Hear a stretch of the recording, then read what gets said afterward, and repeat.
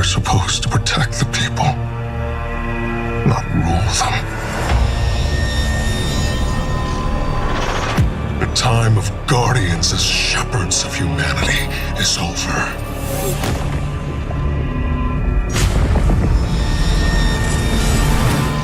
No! I've been waiting so long for this. Dredge and hope. They've shown me a vision I can't shake. New Cabal, the Barrent Imperium, sprung up out of nowhere across the system. That doesn't just happen. It's the Nine, and I'm putting together a crew to prove it. What do you say, Weapon? Welcome to the new Mars. Now the only law on Tharsis is the gun on your hip and the light in your hands. You'll do well here.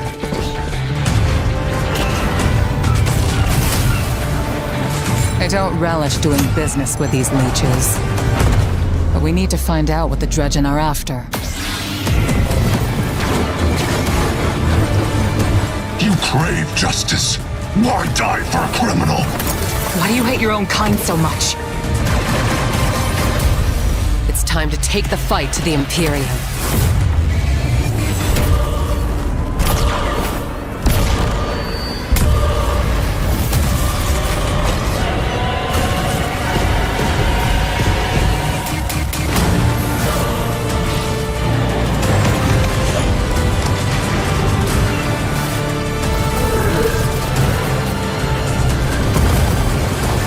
Finish it. And the Imperium is yours to lead.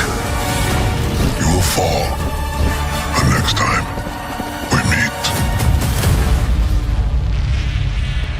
Only one play left.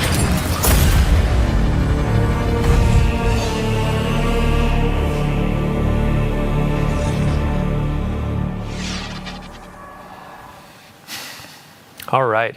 Hey, everybody. Welcome to Bungie, or our Cantina today. We have converted our stream room in celebration of our upcoming release, Destiny 2 Renegades, collaborative effort with Lucasfilm Games. We are so excited. My name is Dylan. I'm going to be your host today, and we have a lot to go through. Have a few housekeeping notes before we dive in. Ultimately, if you are on Twitch, if you watch for 15 minutes, we have a fantastic emblem for you to earn, Seekers, Not Saints. Make sure your Bungie.net account is linked, and you will earn this reward. Additionally, our community team, hey community team, love you. They're going to be going through chat throughout this stream and after we raid Leopard Stealth, one of our good friends. We have 25 Year of Prophecy digital editions to be handing out. So make sure your DMs are open. Keep an eye out for a DM from Bungie. And yeah, you might get yourself a code for a platinum platform that we offer. So what are we talking about here today? We just had our launch trailer. Destiny 2 Renegades is launching in 7 days. Countdown right now. 7 days from now, you're going to be in there playing. We got blasters. We got the Praxic Blade. We have a new Vidoc that actually we are sharing today. And this is going to be called Making of a Renegade. So after we watch our Vidoc, we have a panel of developers on the couch. We're going to be talking about the Lawless Frontier, our new activity that is coming with this experience, full of loot, full of fun experiences, and all that kind of stuff. So without further ado, let's watch a new Vidoc, Vidoc 2, Making of a Renegade. Take it away. This is Destiny with the Star Wars lens, like this really cool combination that hasn't been done before. I can't wait to take a Praxic Blade to Mars. Don't be a ridiculous fan. Just stay cool. Wait, we gotta swat it up and play through. Oh, yeah.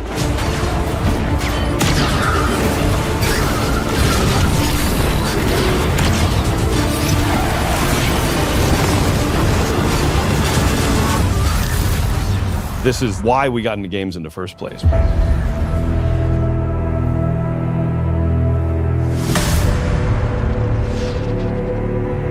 Early on, we developed this North Star, authentically Destiny, unmistakably Star Wars. It has to be something that feels like a Destiny story. It can't feel like a one-off. This can't feel like a side quest, right? Like this has to be a continuation of the Fate Saga. I had this vision. I knew it came one from the 9. but with Star Wars beats and Star Wars visuals. This was uncharted territory for Lucasfilm Games, and that this is the first time we're telling a story inspired by Star Wars within a different universe. At the heart of, like, I think every Guardian's identity is like this healthy, independent, rebellious streak. We were excited to actually explore that scoundrel fantasy, bounty hunters, the syndicates going out and doing jobs with a ragtag team. We took inspiration from Star Wars to ensure the scale, visual language, soundtrack, and cinematic storytelling in Renegades delivered on everything fans will have come to expect from the franchise. The Praxic Blade collaboration stands out to me. Because lightsabers are so iconic, it was absolutely critical to get that balance right. The team at Lucasfilm Games was just so solutions focused. It wasn't, no, it has to be this way. It was a lot of back and forth and asking questions about how would this work? Well, let's talk about it. All right, oh, so we need a different energy source. Okay, what would that look like? It was all about, like, what is best for the player. When we announced this collaboration to the studio, James may or may not have been wearing a fighter pilot helmet. Yeah. Destiny and Star Wars shared that same beating heart. I was like, oh, this is gonna be special.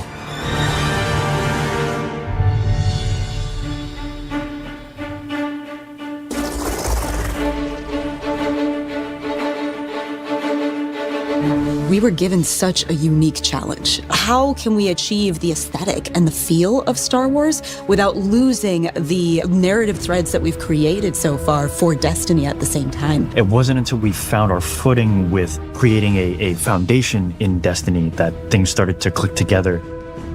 I remember the first time that we went down to San Francisco. We had this really big meeting where it was the Destiny narrative folks on one side and the Star Wars narrative folks on the other side. We broke the ice by just asking, what's the bad version of this?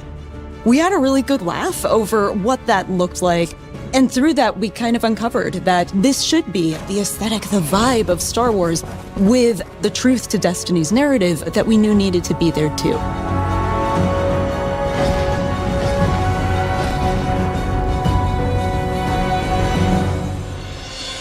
We begin 2 months after the Edge of Fate has happened. The world has moved and changed, and we're still trying to figure out what Binding the Nine means.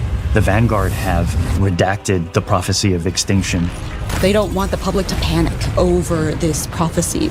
The crux of our story is the Drifter asking us to help him break Vanguard law for good reason to confront a new rising faction of Cabal called the Barren Imperium. It's what drives Eris to help the Drifter out, as well as the player Guardian.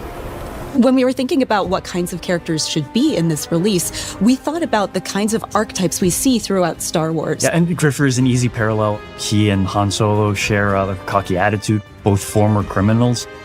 In Star Wars, there's a plethora of sassy droids. We have our own version of that through Ghosts, and Blue is no exception. Oh, look.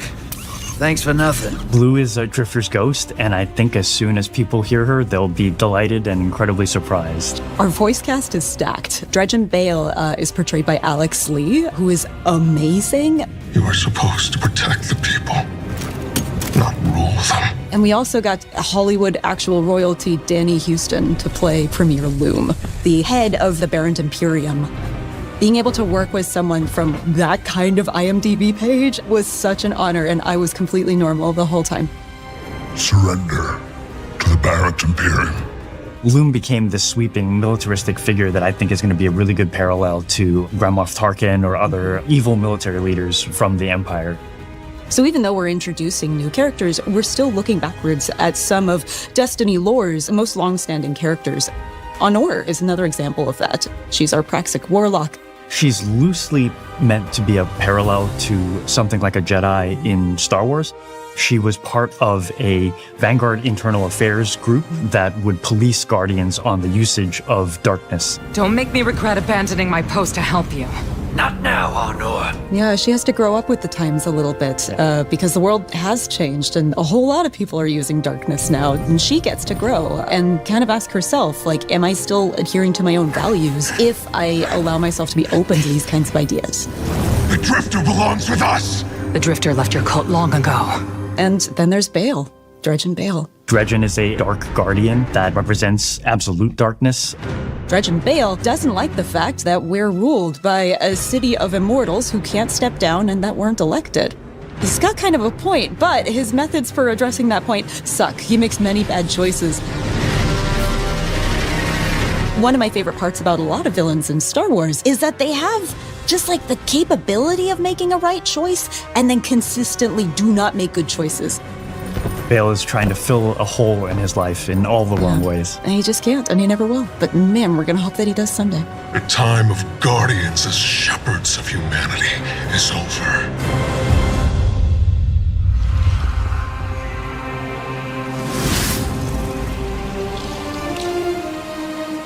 This has been an opportunity where you love Destiny, you love Star Wars, you want to do something with both. What are you going to put into it? Oh my God, it was such a challenge at first, finding that sweet spot of how do we make something that can live in both worlds and not feel out of place in either, but also feel totally new and exciting. It wasn't always about where do we find the exact middle ground, 50-50 Star Wars and Destiny, because at that point, you're feeling almost a little derivative. There's those moments along the way when we were like, this is just Star Wars. This is not the purpose of the collaboration. We want to have something kind of new that makes you think of both. I remember when we were trying to figure out what we're going to do with our new Cabal. We started in that place where it's just Cabal wearing a stormtrooper outfit. Yeah. But it wasn't until we injected more of that weird alien design of a lot of these armor sets, that was kind of what switched it over from this is too derivative to this is really working. I think it comes through in the visuals in every single map. There are little Easter eggs and little treats here and there that we hit around, and Lucasfilm Games has been awesome at collaborating with us and even putting some of their input onto our maps so we can really give the players something exciting. The switch flipped in my head like, oh, we would never have done this without this collaboration was the Syndicates. Yeah. We're going places with the Vex and the Elixni and the Cabal that we really weren't going to go before. Oh yeah, and trench coats. And trench coats, yeah. We have Vex in trench coats that are playing cards. It's so awesome, and I don't think we would have dared do that if we didn't have this opportunity. No, and it was the perfect time in our universe to do it too. The Star Wars fans on the team just start coming out, telling their stories about what they're excited to build, and far be it for me to get in the way. We make a lot of weapons in Destiny. How do you take a weapon in Destiny, which we have literal like 4 digits of guns, and understatement, right? And make something that feels new, but also does justice for Star Wars. And Blaster was really obviously the choice. They're roughly in 2 groups. There's dynamic blasters, which are intended to be harder hitting, firing a ton. Brute force. And then we have a number of balance blasters. As you're shooting, and the heat is building up, you're going to have a venting opportunity where you can hit a perfect vent. It's like functionally a reload, so you can start shooting again much faster. Sweet. I gotta ask though, what about those Cabal blasters? Are they accurate? What difficulty are you playing on?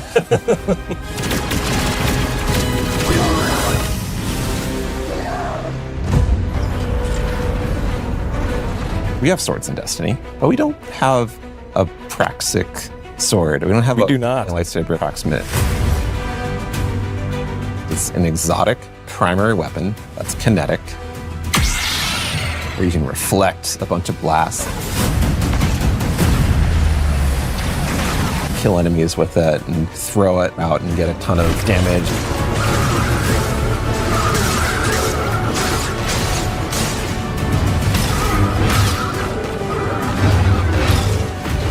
Having the sandbox be able to explore this new like ability ecosystem with renegade abilities. We've taken so much of this opportunity and turned it into what we can like grow. Every corner of the game, from the art, the design, the audio, the music, the UI, the rewards, completely infused with the magic of the collaboration. It's really been a real treat to be a part of. Yeah, super satisfying.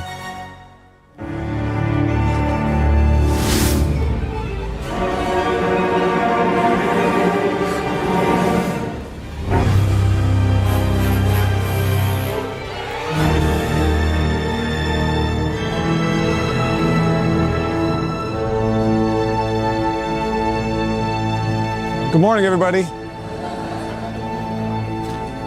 Didn't mean to wake you up with that beat, sorry. The overarching theme for this was to create a score for this release that felt like it was cohesive as a whole. We're all talking to each other and collaborating with each other. We were able to explore different ways of orchestrating, different ways of writing with the orchestra that expand on the Destiny palette and make it fresh and new.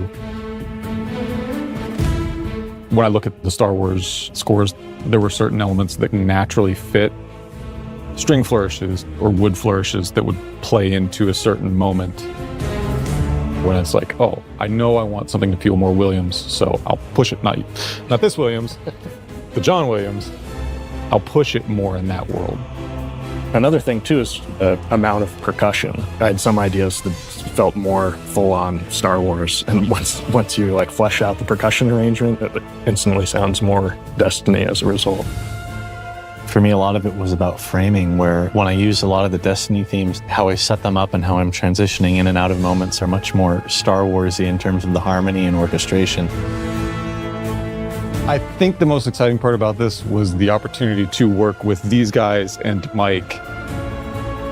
You definitely made it a point to kind of bring us together and listen to each other's music. But Brendan, you wrote something with the most beautiful oboe solo in it, and it drives me nuts that I didn't think of it first. No one wanted to follow Brendan is what it came down to. Brendan's cues just sound amazing from the start.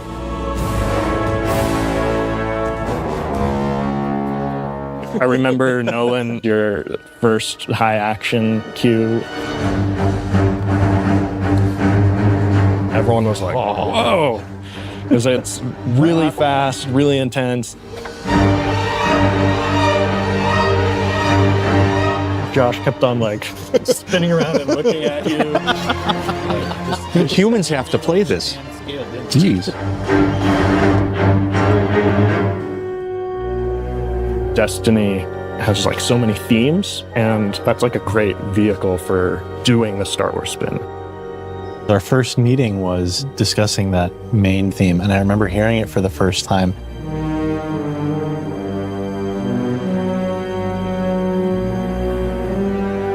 And everybody kind of perked up when we all heard it. We're all having ideas that were just a little bit different from one another. That was all sort of impacted what the final version of the theme was.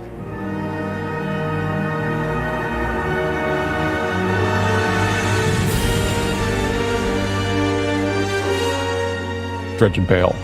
That kind of teed off the main theme, and the fact that we were exploring the idea of this kind of anti-Guardian character set in this story of scoundrels. We wanted something that would be a backbone to tell a longer arc story. It has a layer of ominousness to it. It has a layer of mystery to it, but it can be turned other ways. I felt a sense of menace. Yeah.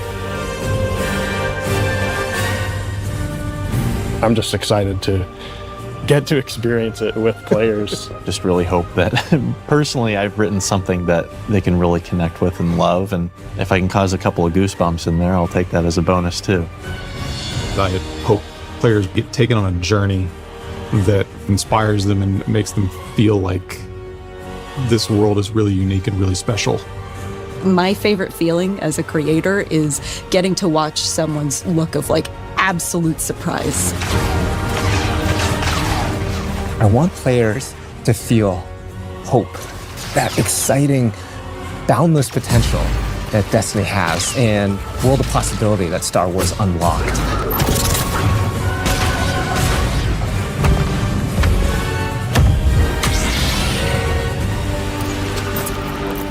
I've been waiting so long for this.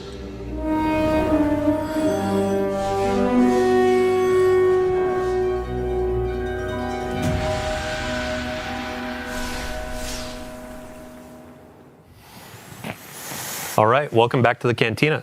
So what you just saw was our second Vidoc, making of a Renegade, or what it takes to make a Renegade.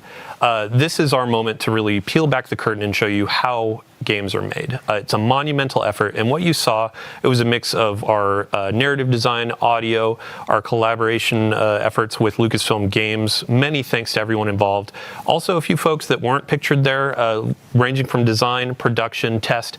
Even a shout out, I got to give it to IT for keeping our computers running, and our services folks too for keeping our servers running. So today we're going to be talking about the Lawless Frontier. This is our new activity coming with Destiny 2 Renegades, and we have 3 developers on our couch to talk us through what we're seeing. It'll be a fun deep dive. So without further ado, let's get some introductions. Eric Smith, we're starting with you. DMG, Damage 04. Yes, my name is Eric Smith. I am a combat design lead on Destiny 2. You may know me from my work where I was the design lead on the Strand subclasses. I started kind of making the stasis abilities, and most recently the Renegades ability buffs. Awesome. Yeah, next up, Tom Farnsworth. This is the first time that you and I are in a stream together, but a quick introduction for folks that may not have seen you in previous ViDocs. Yeah, so I'm Tom, the creative lead for Renegades, and I've been at Bungie for like, I don't know, I can't even remember, like 13, 14 years. Worked on Destiny 1, Destiny 2. The highlights were probably like Dreaming City, Season of the Splicer, 30th and Into Light were the most recent things I worked on leading in this, but this has been an absolute blast to work on. Awesome. Yeah, thanks for joining us today. And last but not least, our grid skipper aficionado, Taylor Bjorndal. How are you doing? Great. Yeah, Taylor Bjorndal, associate weapons designer, here to talk about all the rewards and blasters and the practice played and all the other stuff we made for you to chase. Awesome. Yeah, so just for folks, if you end up missing anything, if we go a little bit fast, we got a lot to pack through. We'll have a VOD on Twitch and YouTube after this. And if you missed our ViDoc or the launch trailer, those will be uploaded as well. So what we're seeing on screen right now, we're launching into our Lawless Frontier activity. Tom, I would love to put the spotlight on you. Let's give a quick description. What is the Lawless Frontier? So the Lawless Frontier is our core game mode in Renegades. You're going to play through some of the campaign, but it's really what comprises our end game. And the idea is that you're a renegade, you're taking on these shady jobs like bounty hunting, smuggling and sabotage from our syndicates, and you're doing so to increase your notoriety, your power, and your riches, and of course to get some sweet loot. Yeah, and when you talk about bounty hunting, sabotaging, that kind of stuff, those are different types of this activity, right? Yeah, their bounty hunting is all about taking out a key syndicate boss. Sabotage is about blowing the heck out of everything with your renegade abilities, dropping airstrikes on Cabal vehicles, and smuggling is about grabbing everything that isn't tied down. Yep. In true fashion, when you're going into a dangerous spot, you got to just grab whatever you can find, right? Yep. So today we're going to be focusing on a bounty hunt, and I believe you said this is kind of like a quintessential Destiny vibe of an activity, right? Yeah, it's probably the closest to a traditional Destiny activity, but you're going to start in the ready room, which is kind of a unique experience, and you're going to be able to pick your renegade abilities in there from your little shank buddy that's in there. You'll hop aboard Hawk, and you'll drop down to the destination. You can see we're already in on one of the Mars maps that we have. There are all these jobs take place across Mars, Venus, and Europa, and there's 2 maps on each destination. This is Hellas Fortitude, and right now we're doing a bounty hunt, and we're working to draw out the intel officers to track down where our target is. After this, there'll be resurgence of the security forces of that target. They'll have a classic boss fight, but with a bunch of wrinkles thrown in for gameplay here of things, hazards that are at play, your abilities, maybe an invader, which we'll talk about later, and then you'll exfil with your bounty and get some loot and take that back to our social space, Tharsis Junction, where you'll be able to spend your currencies to buy some of the cool blasters, or maybe some of the cosmetics and customizations for the practice blade we're going to talk about later. Awesome. Yeah, and I mean, so as we're going through this, we're going to be seeing a lot of abilities that players know and love on screen, but we have new abilities, renegade abilities, that are going to be for this activity. And Eric, you're going to be our person of knowledge here. Yeah. What do we got on screen? Yeah, so Renegade Abilities is a new ability system we have in Renegades. What you do is we have a brand new button for you to press. That's going to be R3 on the controller and then Z on the keyboard. And that's going to kind of switch you into a different mode that gives you new abilities for your grenade and your melee. That sends out one of these tokens. We have here on the screen, you can see we have one called Revitalize that heals you and provides you with ability energy. And then we have the other one, which is the deflector shield, which is this zone I can sit inside and shoot out of, and it blocks all the incoming damage. It's also going to, for my allies who are inside the shield, it will amplify them and then jolt any enemies who pass through it. And all of these have 7 levels of upgrades. So when you first start, they will have certain functionality and certain strength, and as you upgrade them, they're going to get better and better. And they really change the gameplay, right? Like they're kind of these pocket supers almost, that as a hunter, I'm able to be like, I'm going to build support, right? I'm going to choose these 2 support renegade abilities and make sure my team has what they need to survive this tough environment. You can also see in this mode we have non-regenerating health. So things like that revitalize renegade ability are really going to come in handy to be like, we need to take a break and heal. Let's pop over here to some safety, and anyone can build into that if that's what they want. You know, we have things like vehicles that you can pull in or you can call down from your ship. So that's one thing. There's so much to talk about. Yeah, before we get to the ship, actually, let's talk a little bit more about the health mechanics in here.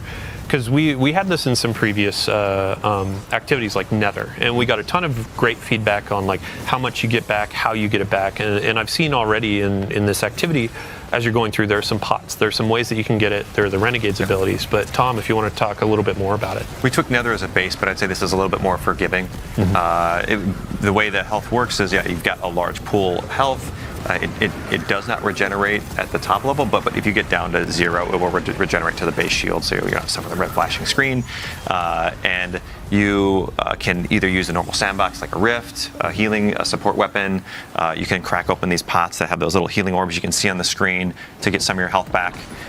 Or you can use things like Revitalize and like build your Renegade abilities into kind of dealing with those kind of challenges we're putting in front of you. And one thing that I really like about this mode is like we've got Expert, Master, Grandmaster, and on Grandmaster you're really gonna need to use all these abilities that kind of like coordinate with your teammates and kind of build a loadout to kind of conquer the challenges we put in front of you. Awesome.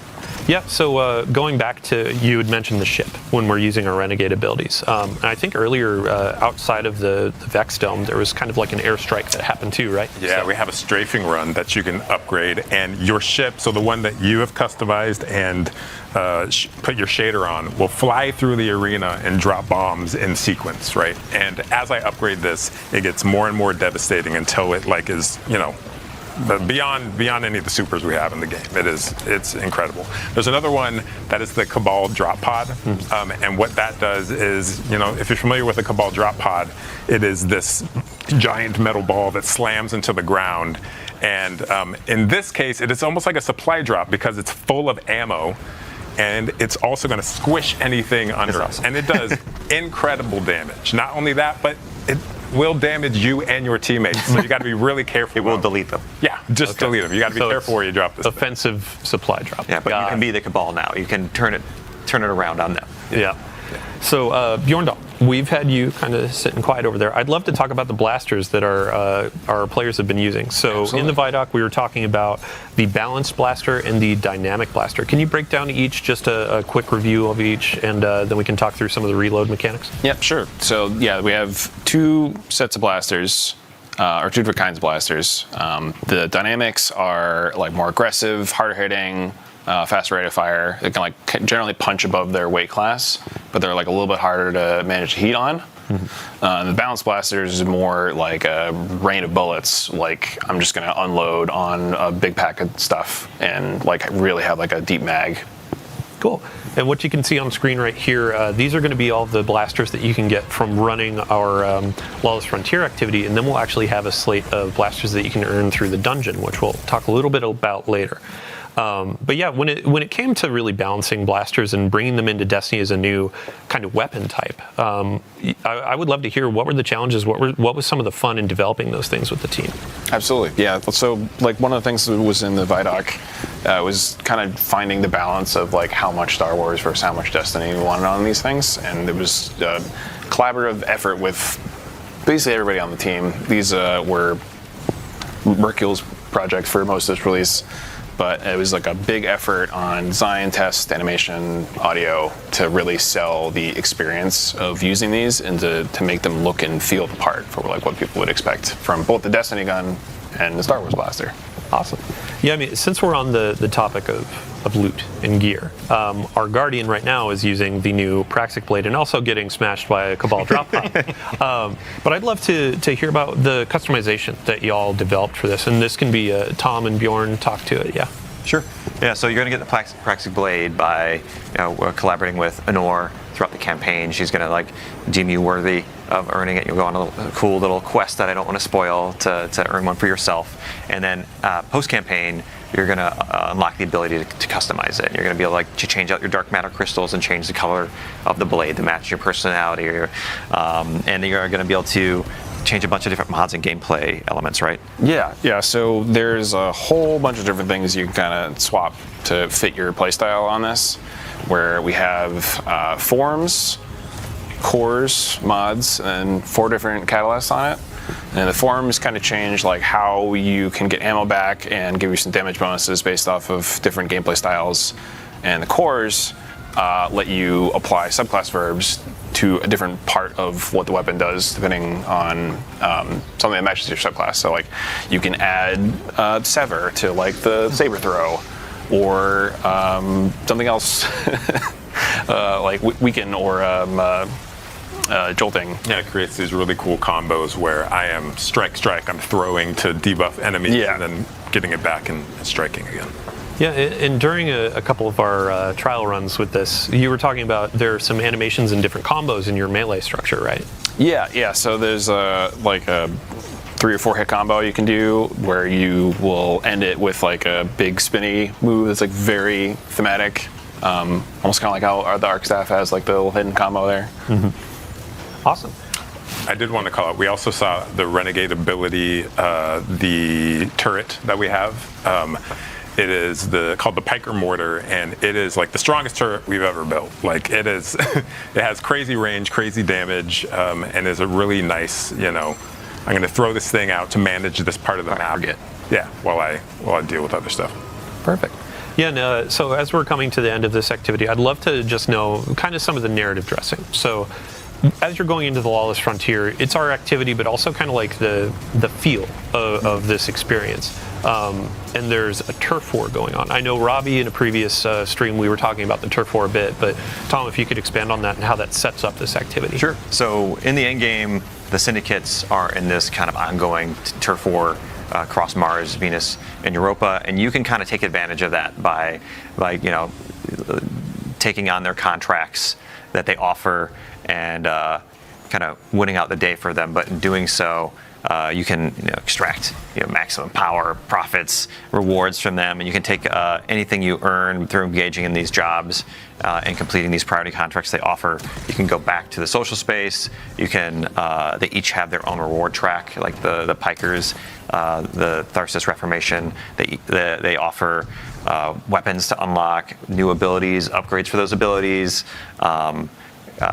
Some elements or mods for the Praxic Blade, and a whole bunch of other things like some shaders too. So you can kind of like rep your favorite syndicate on your armor, which is pretty cool. It's definitely with the Lawless Frontier, it's one of the most cohesive and deepest modes we've ever built. Like everything from this mode ties into the holo map, into the different mini game modes within it, into the social space. So like it's going to be exciting to see players kind of peel back all the layers and maybe get into some the darker corners like Invasion. Yeah, and I mean, so we've progressed. We've defeated the boss that we were hunting down for our bounty hunt. And this portion of the activity is kind of emblematic of we're in a Lawless Frontier that's dangerous. Even after you've finished your objective, now it looks like you got to fight your way out. Yeah, so every job in the Lawless Frontier, in this case bounty hunt, like it escalates over time. So it gets harder the longer you're there. So there's real pressure to get in, do your objective, and get out.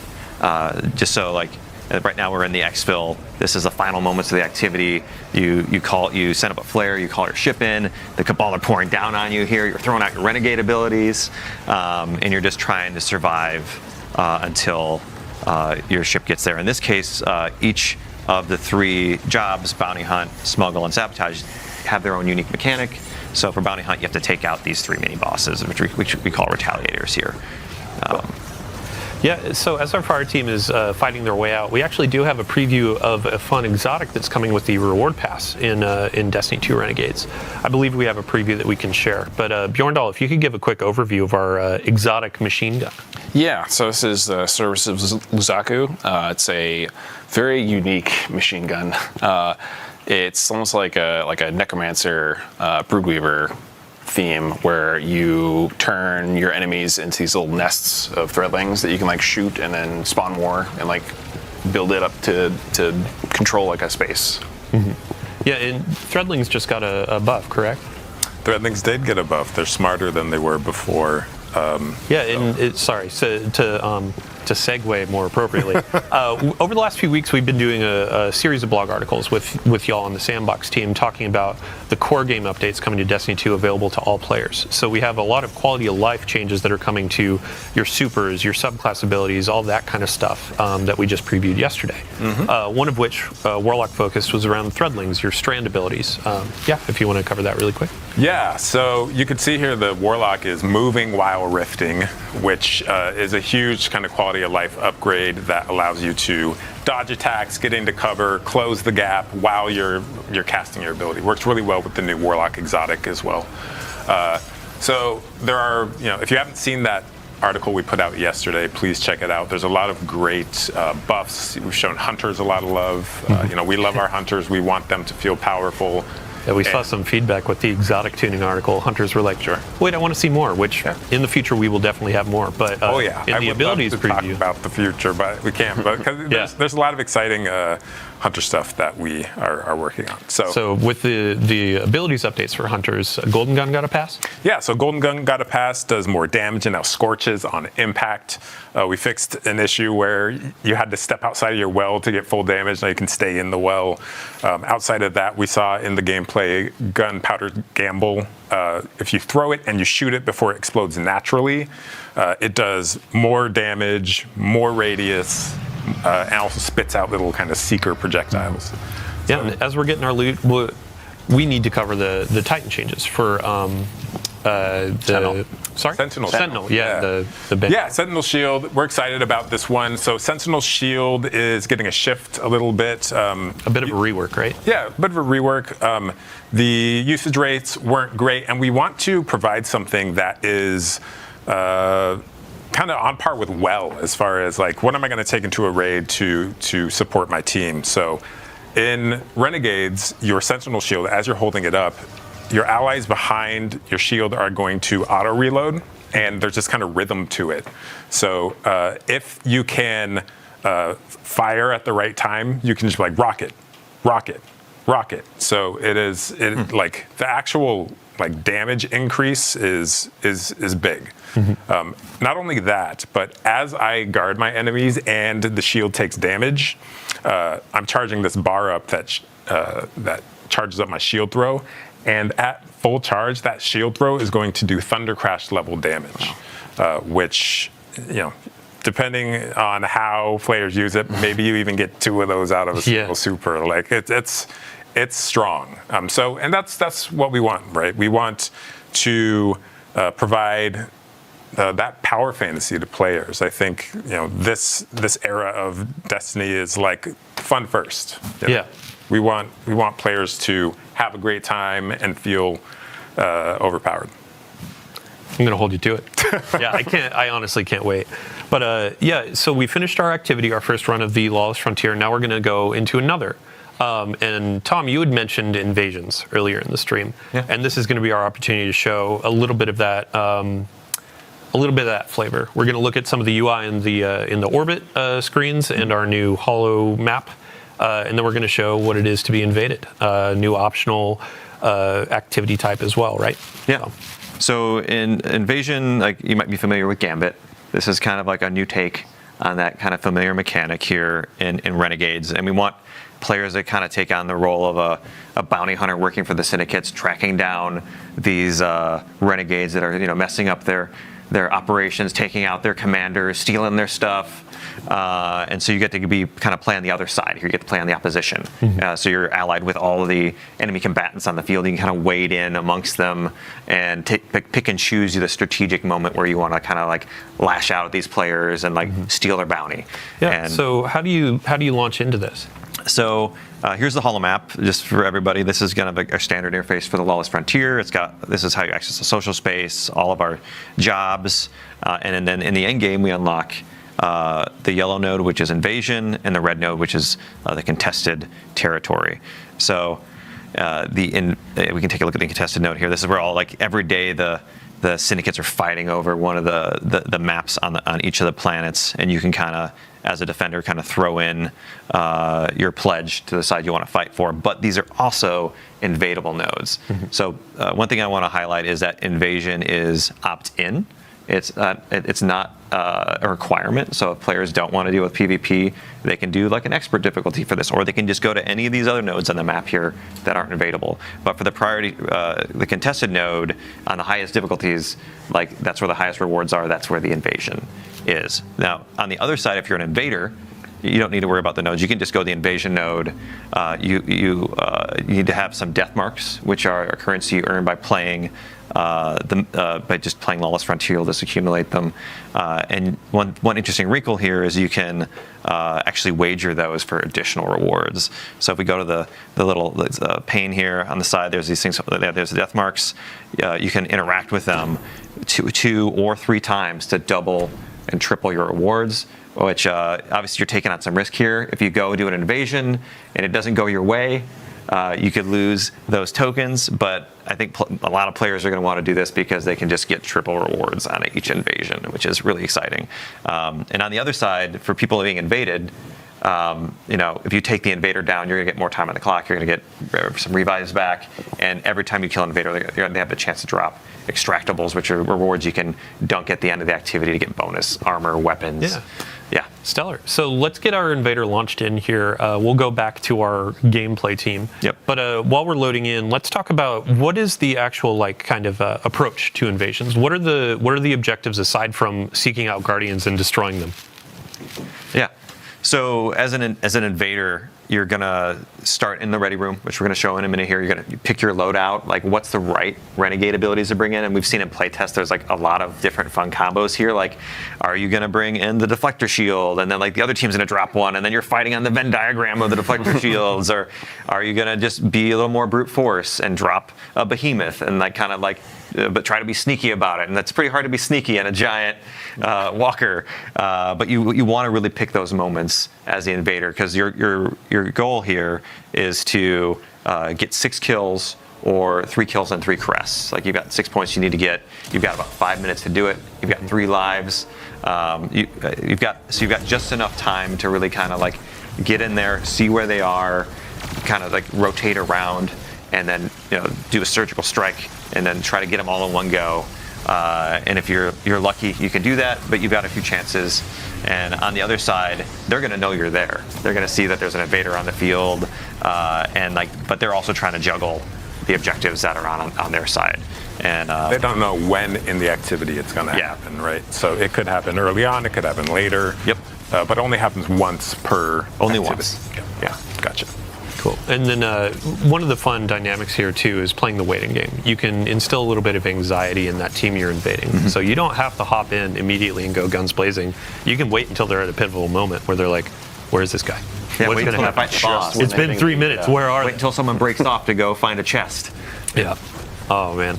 So in terms of balancing as well, are there any like extra abilities or things that invaders are going to have at their disposal, or is it just a match of the renegade abilities? It's mostly renegade abilities, though. Invaders will have some amount of super, no heavy, and when they come in, we do highlight the PvE, the defender players, just so like they have a little bit of an idea where to go, and they can use that knowledge to kind of plan their initial attack. Cool.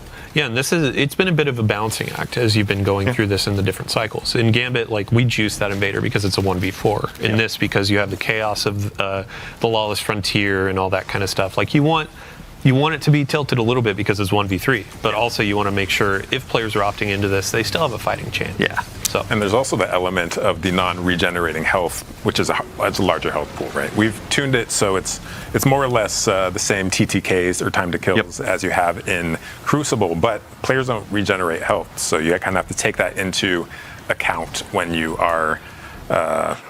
When you're there's some attrition invading. that can happen, like for the invader, where they can kind of wear people down if they're not paying attention. We have our invader in their ready room. Let's talk about their Shank buddy here. Yeah, here's our little Shank buddy.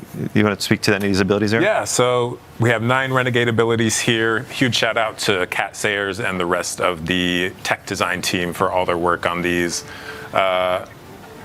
I mean, it looks like right now we got Nate picking the Imperium Behemoth and the Drop Pod, but yeah, there's a variety of ones to choose from. We got multiple. We have 3 different vehicles, and each of those vehicles have different upgrades with different functionality. Yeah, and the Behemoth has like 3 or 4 versions of it too. Yeah, there's like missiles and the audio and everything is just so good. Okay, so our invader has started. It looks like moving toward our targets and preparing to throw that coin. So you can see there they clicked that right stick, and that is going to ready the ability. They then throw the ability and just drop the drop pod to get some heavy ammo. Yeah. So need some heavy ammo to go into battle.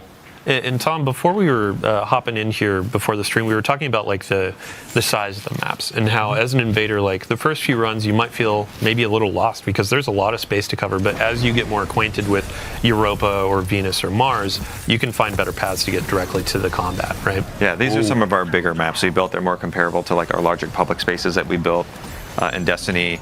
And again, there's 6 of them, and like there's any number of arenas these PvE players can be in that you're going to be.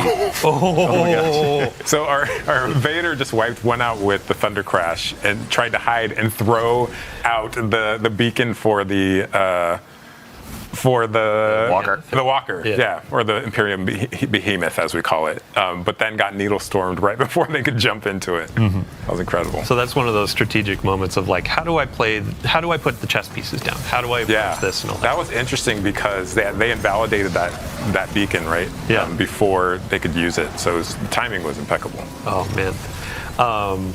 Oh boy, what was I just talking about? The size of the maps.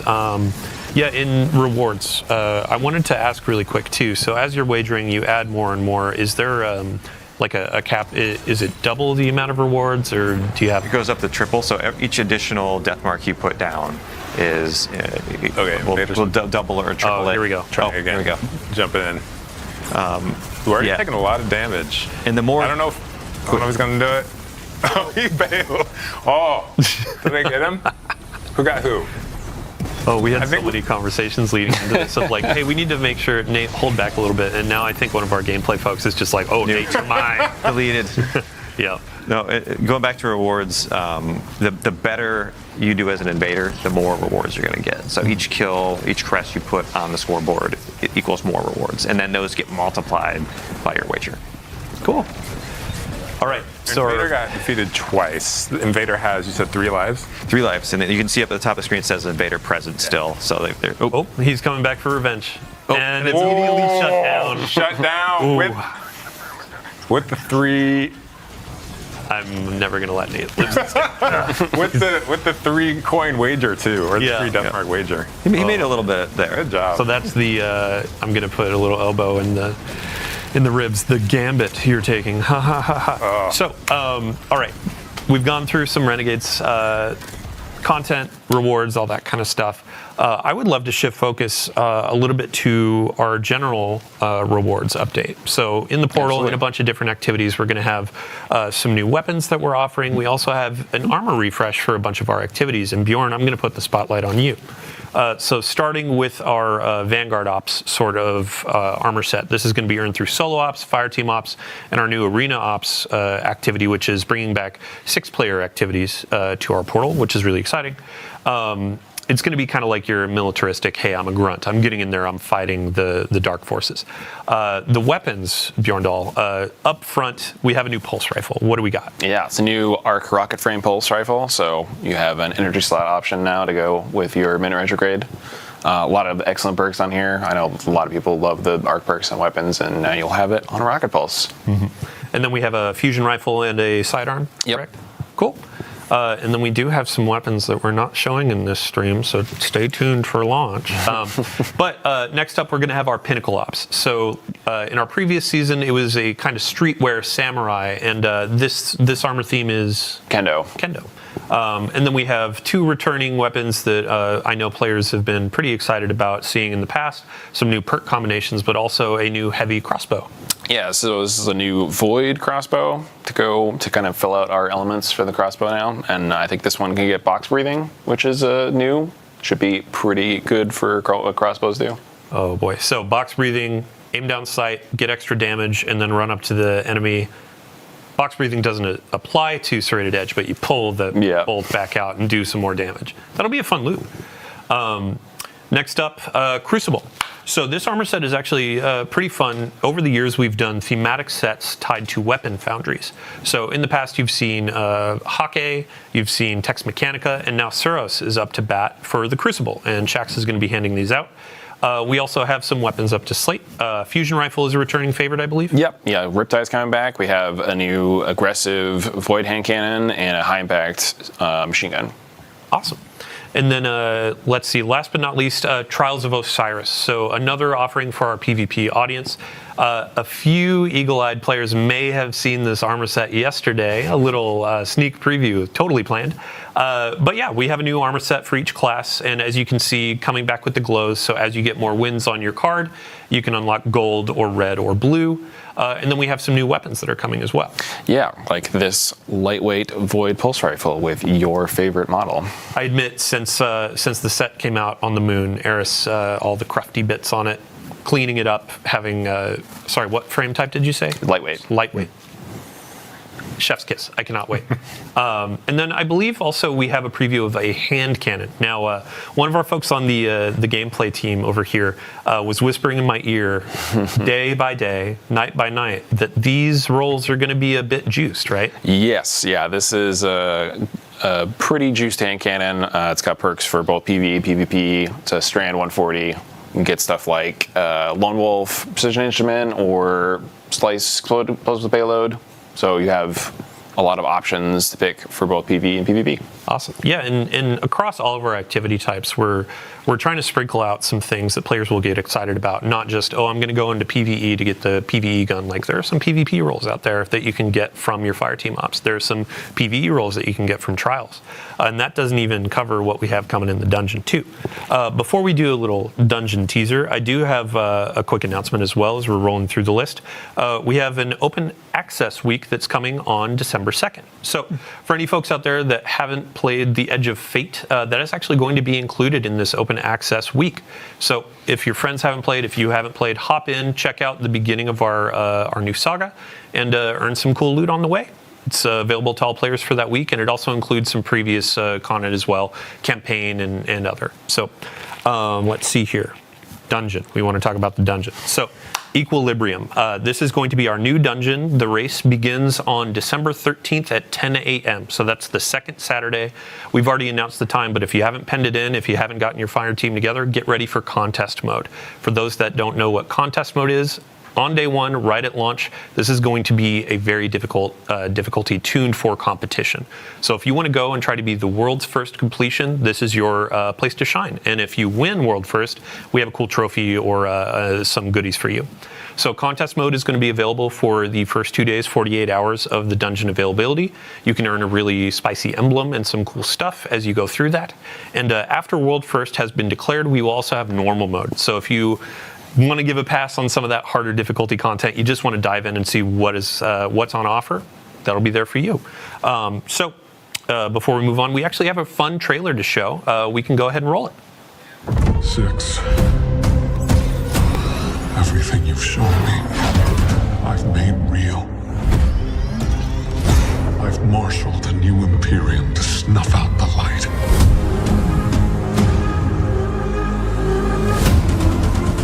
My violence is yours. You know what comes next.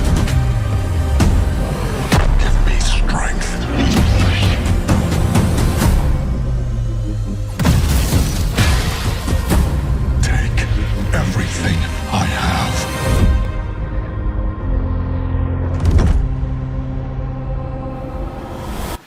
Welcome back. So watching that trailer, I just realized we actually missed something with Invasions. We were talking about the Praxic blade and customization. Mm-hmm. There are different saber colors, correct? Yeah, there's a wide variety of classic colors that I think players are going to have fun chasing down throughout the end game and maybe even Invasion. Awesome. Yeah. I mean, we showed it on the screen. Red, Invasions. Mm-hmm. Yeah. So, okay, moving right along, ending out our show, we're going to be covering what is going on through the end of the year. So, during the launch window, we'll have some really cool things coming around. Vanguard orders are coming in week 2, and then after that, we're going to have the Dawning returning. So, this is our winter celebration, our event, inviting Guardians to hop in, play some activities, get some fun rewards, and bake cookies for their favorite vendors in our tower.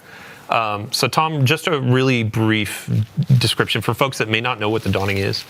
Yeah, so the Dawning, you slay our enemies, you collect them as ingredients, and then you bake them into delicious treats you feed to your friends in the tower, like Zavala, and he's just got thousands of Galardoodles raining down upon him, and he gives you a gift in return, which could be, a spicy weapon roll, or you might maybe get some bright dust from some other pursuits and get this totally cool Winter Wolf armor. Yeah, I mean, I feel like Drifter is outside like, ooh, you're putting enemies into the cookies? But yeah. It's totally a Drifter thing. Right. The Winter Wolf set, this is going to be available for Bright Dust just by playing the game, or if you want to snag it from Eververse for silver, go right on ahead.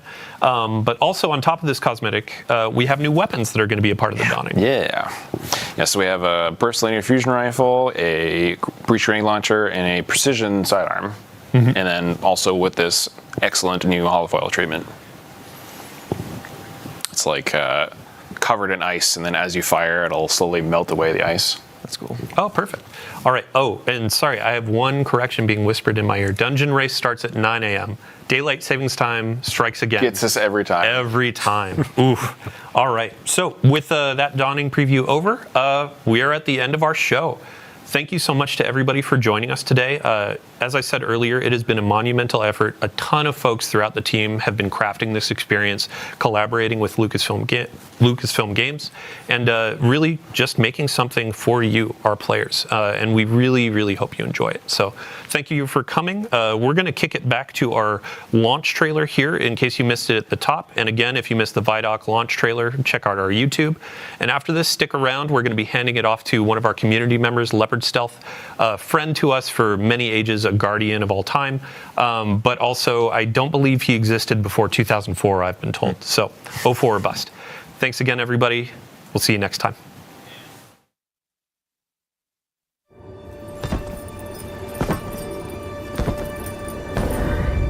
You are supposed to protect the people, not rule them.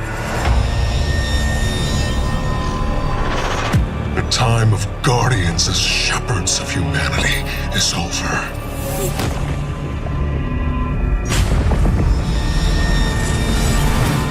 No! I've been waiting so long for this. Dredge and hope. They've shown me a vision I can't shake. New Cabal, the Barrent Imperium, sprung up out of nowhere across the system. That doesn't just happen. It's the 9, and I'm putting together a crew to prove it. What do you say, weapon? Welcome to the new Mars. Now the only law on Tharsis is the gun on your hip and the light in your hands. You'll do well here.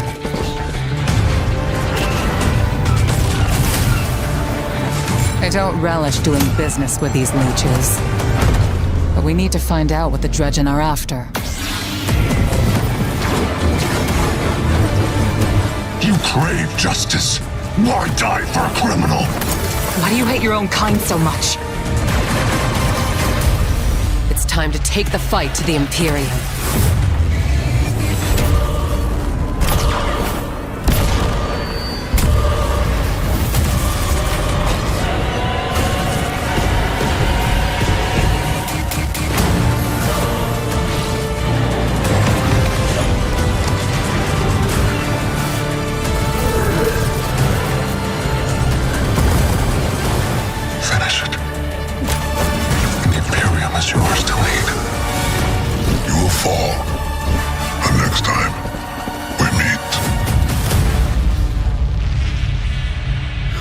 one play left.